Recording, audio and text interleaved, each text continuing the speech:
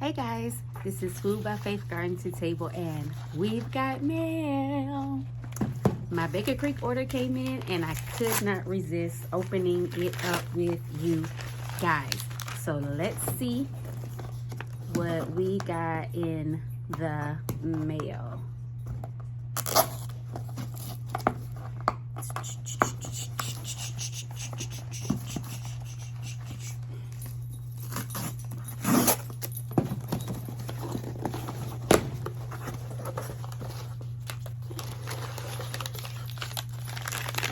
So here's our Chet's Italian garlic. Here is our white Egyptian walking onions. So we talked on Miss Linda's live about the artichoke variety of garlic, and Chet's Italian is one of the artichoke varieties of garlic, and it grows well here in my zone 8A Georgia.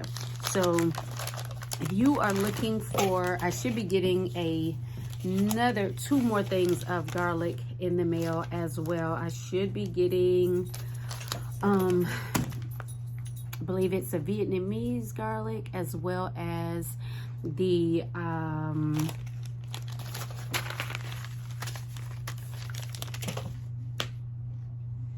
elephant garlic. But the Chet's Italian, it's about 4 or 5 varieties of garlic that are in the artichoke variety of garlic. Guys, you got to check it out. Just like Miss Linda said, make sure you are growing the onions and the garlic that are right for your zone.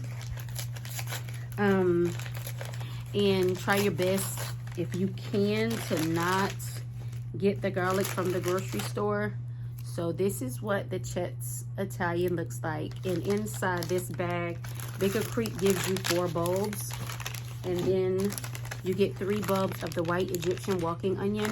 So the walking onion I'm going to plant in my pumpkin patch, because I want it to just grow all over the area where the pumpkins are going to be.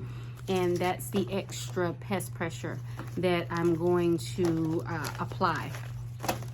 So what I got as far as seeds are the Rouge V de Thon squash, which is a type of pumpkin,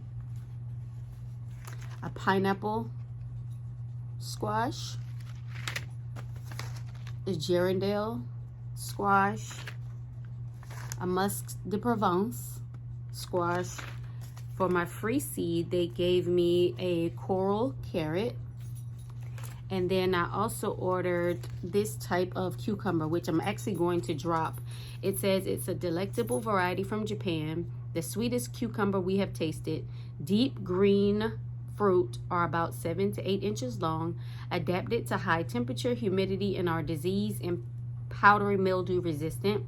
Needs abundant soil moisture and rich soil. Some afternoon shade is beneficial in the hottest summer weather. Trellis growing safe space. Harvest frequently to maintain production.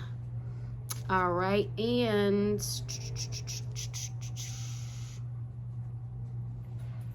of course we know that cucumbers aren't frost hardy, and it will sprout in 7 to 14 days. So I've planted Richmond green apple seeds the other day, and I'm gonna drop these seeds as well, because again, my first frost is not until November sometime. So we have September, October, November, and I should be getting cucumbers by then, and I'll just let the frost take the plant out.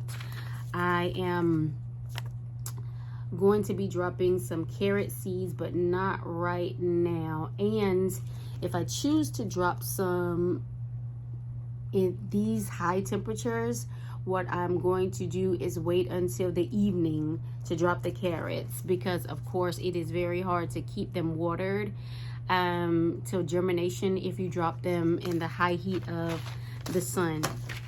I already have 3 pumpkin plants growing over there, and then I have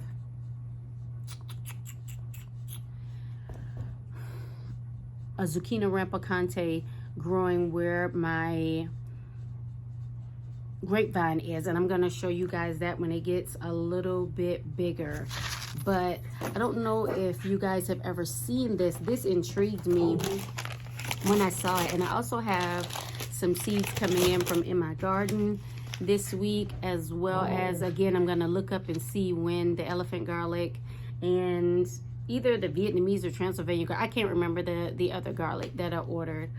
But this is introduced as pineapple in 1885 by James J.H. Gregory's retail catalog. It's a large fluted acorn, has 10 fingers like ribs projecting from each squash, decorative yet delicious. Great pickled young as a summer squash or mature as a winter squash. And that's what I love. I love squash that can be eaten fresh as well as left on the vine to harden and to become a winter squash. And if you are looking to save food, I always opt for a squash, a pumpkin, anything like that that can go from spring to fall. This one sprouts in 5 to 10 days. Direct seed or set out transplants at the last frost date. Don't let transplants become root bound. Do not disturb roots while transplanting. Needs rich soil. Harvest when rinds become very hard. So this is our newest one, and we're gonna drop it. All right, guys, thank you for coming along with me. Make sure you do your research on the type of garlic that you need for your area. And as always, get up, get out, and grow something and have faith in our food. And I hope you're having an amazing Meatless Monday.